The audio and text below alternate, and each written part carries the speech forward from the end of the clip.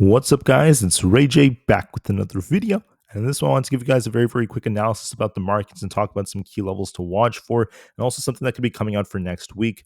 Just know that I am not a financial planner, so make sure you take nothing I say as financial advice. And also, if you guys can, please check out my Moomoo link. If you deposit $100, you're guaranteed 5 free stocks. If you deposit $2,000, you're guaranteed 30 in total. And the offer ends at the end of March. So what's going on? As you guys know, the market was pushing on Friday. It was pumping and pumping and pumping.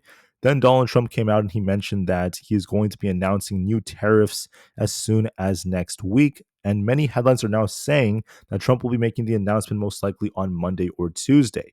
So that's going to be very impactful for the markets. And we're just waiting to see what he's going to be saying. Whatever he announces will have a big effect in the way the market's going to be moving.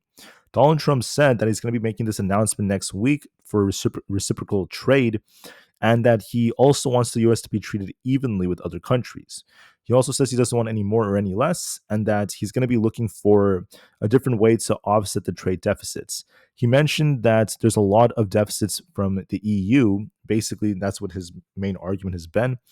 And he also thinks that it's very important for us to do this to basically protect the US. That's another thing that he argued. I was seeing another headline talking about it also talked about how Donald Trump was talking about how there could be a possible flat 10 or 20% universal tariff that he could be announcing. It's not guaranteed. I heard that this is still under review right now, so I'm seeing some updates about this, but that's pretty much it for the time being. Donald Trump also says that he wants to do this in a way where no one's hurt. And he said that they charge us and we charge them. It's the same thing. And I seem to be going in that line as opposed to a flat tariff fee. So he's still deciding what he's going to be doing. So I'm not really seeing too much evidence of exactly what's going to be said. Is it going to be a flat tariff? Are they going to change it? Are they going to have individual levels based off how much other countries charge the US? There's all these different things that we're going to be asking, and we'll get the answers very soon once Mr. Trump makes his announcement. That's going to be very important. So with that coming out, this is going to have a big effect on the way the US market is going to move. I went over all the factors in my video from yesterday, so this is just kind of like a review of them in case you guys want to look at this again. There are cons and pros of this, but I'm not going to talk about everything today. Just know the short term is going to get disrupted for our GDP. Inflation is going to likely go higher. This is going to affect US businesses. This will incentivize them to do business more in the US, try to manufacture things. But for the short term, we're not really ready to just do that instantly. You have to think about that. Like if you look at, for example, like Aapl, they're producing their iPhones and they depend a lot on China, right? When you increase the tariffs, obviously the prices are going to start going up, but then they're going to likely try to produce more parts in the US, or at least some more, at least over the long term, if this continues. But to do that, there's no alternative right now, right? It's going to take years for them to get ready to be able to do that. But with that being said, that's not even a guarantee for like every product. There's going to be a lot of products that may start to have to be manufactured in the US, at least over the long term. But for the short term, there's going to be a lot of disruption to try to get that in place. It's going to cause higher prices and a lot of different things I talked about yesterday. But the cost of that, or at least the trade-off, would be the US government is going to make a lot more revenue. This could, create more fairness, in the words of Trump, and then they could use that revenue to help offsets the negative effects to our GDP and inflation. So that's what could be argued, at least right now. So looking at this chart, you guys can see that, especially on a SPY, we have this very tough resistance between 608 to 610. Every time we've hit this, at least for the last couple of weeks, we've got this big rejection by about like over 20 plus points. So around 20 points of a rejection almost every time for the last couple of weeks. There was another instance where we hit this resistance. So if you look right over here, we hit this resistance right here. We got a rejection of this is like a 30 plus point rejection right over here. So this one was even bigger. But we love to get strong rejections off this resistance. This is what's been happening every single time. So in this case, we came very close to the resistance again, very close to 610, and we got this rejection. This will likely continue to dip, especially as we approach this 20 EMA at 595. So what I think is going to likely happen is we're going to do a little shuffle here. I wouldn't be surprised if we rebound a bit, kind of like this, and then we may continue to dip. And once the tariff news comes out, the initial reaction of just the president's saying that he has plans to announce the tariffs caused a dump. What happens if they're actually announced? If he says he wants to impose like a 10% tariff on Japan, for example, or do something to like India, that's going to cause an even bigger move down. So I think that this will continue to dip, especially as we're breaking through this rising wedge. So we could be visiting at least 595, if not all the way down to 590 again. So I'm going to be watching this 595 to 590 area to see if buyers defend. And if we lose this support, if we don't hold the support right over here around that 590 area, there's a gap to fill that's all the way down to about 584. So if you look at like our daily chart right over here, there's a giant gap to fill at 584. So in case 590 breaks, this will easily dump all the way down to 584. That's going to be a pretty nice sized dip. You could catch another 6-7 points from that alone, and that could be making people a lot of money. So the daily looks pretty weak right here. We're sitting on the support at the 20 EMA. We'll see if this holds or not. If it doesn't, this will likely continue to dip all the way down to the mid 590s and eventually back down towards this next support. So please keep that in mind. That's how things are looking. And once the announcements come out, I do think that we will dip a little bit more. But we'll see if 590 holds or not. If not, we have another gap to fill towards that 584 area. Onto the triple Q, it's the same thing that's essentially going on, a very similar setup. So I'm eyeing this gap over here. I think there's another unfilled gap over here. But before we talk about that, what I think is going to likely happen is this. We're going to have to zoom in and go to our 4-hour time frame.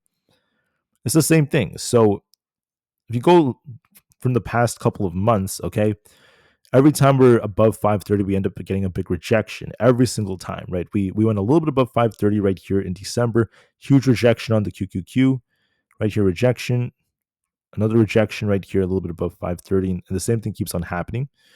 So within this range, right, you're kind of going back and forth here. We weren't able to break and hold above 530.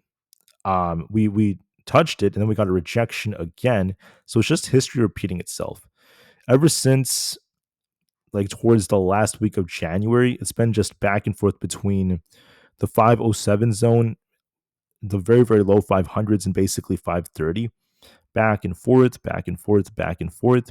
So this will likely continue to dip now that we got this rejection and a breakthrough, this rising wedge, all the way down towards like 517. Once the news comes out about the tariffs, if that fails us, I think we dip back down towards 507. There's going to be a big dip on the QQQ if that ends up being the case, because we're very reliant on countries like Vietnam, on Thailand, and all these other countries. So it's going to be very, very impactful. On the Russell, we have the same thing going on. It's very, very tough to break past 230. It's been trying to do that for the last couple of weeks. It's been struggling. And if we can't do that, there's going to be a risk of us forming another rejection. When you go to the daily time frame, you'll see that we look weak on the daily. There's an imbalance over here. And we have a bunch of unfilled gaps. There's a gap over here that's unfilled in 220. And we could be dipping all the way back down to fill that gap. So please be very careful with this. These new tariffs have a big effect on small caps. So we might be looking for that gap fill if we end up getting a big rejection and if we can't get back above like 226. So I do see some weakness for now on the Russell, but I think that for the long term, we're still quite bullish because of a much larger cup and handle that's developing. So even if there is a small pullback towards like, the 220 area or below, this could just be a giant cup and handle nonetheless. So, a small pullback, as long as we hold our 200 EMA around 218, this could just dip and then continue to run later on. But that's what I'm seeing, at least for the short term, right? The market's been very resilient despite all this hard news. We're still doing a good job of trying to hold. And we still have an inverse head and shoulders on the Russell. The only problem is that we could still dip a little bit lower and still kind of maintain it like this. And as time goes on, we will eventually try to recover. But that's what I'm essentially looking at, a little bit of a dip here beforehand. I see the same thing on ES. So when you zoom out of ES, there's a bit of a downtrend here. So you can actually redraw this resistance. So this is kind of like forming a resistance channel, and we broke through a wedge so far. So we're forming a flag right now. And what I wonder about ES is, are we about to do something like this where we continue to dip like this, go back and forth, and then we eventually get some kind of break like that to continue to push to new highs? It could be making a move like that. This also kind of resembles like an inverse head and shoulders here. left shoulder ahead than the right shoulder. This could be forming a flag very, very nicely, so it's always a possibility on ES. But we'll see how this ends up developing. Something similar is developing on NQ, something very, very similar, but it's not really perfect, at least just yet. So I'm going to be looking at a bunch of these trend lines like this just to see if it develops in the same manner. But it's very similar to ES, very, very similar setup. But that's what I'm essentially looking at if this ends up continuing to develop like in a lot of different ways. Anyways, that's kind of like it for at least these. We'll see if there's like a flag that's kind of forming here, something like this, before we eventually get a break back up. It could be forming a move like this. This could also be like a much larger accumulation structure. So I'm just eyeing a lot of different moves like this. We're seeing, just to double check, Nvidia is doing relatively well. It's been breaking out. Um, the new news coming out could affect this, so I'm not sure if this will continue to break out that quickly.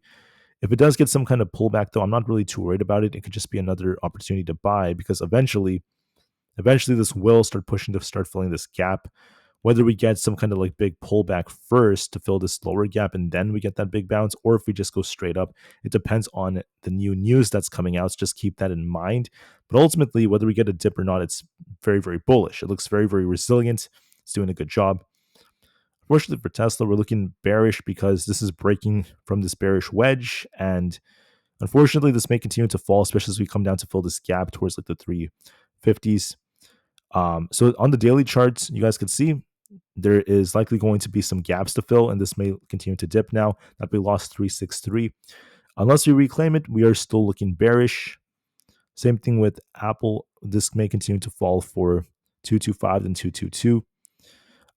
So that could lead to more downside as well. So I think that this is going to likely retest these lows here and may continue to fall. But even if that's the case, when you zoom out and go to the much longer term, we're still technically on an uptrend.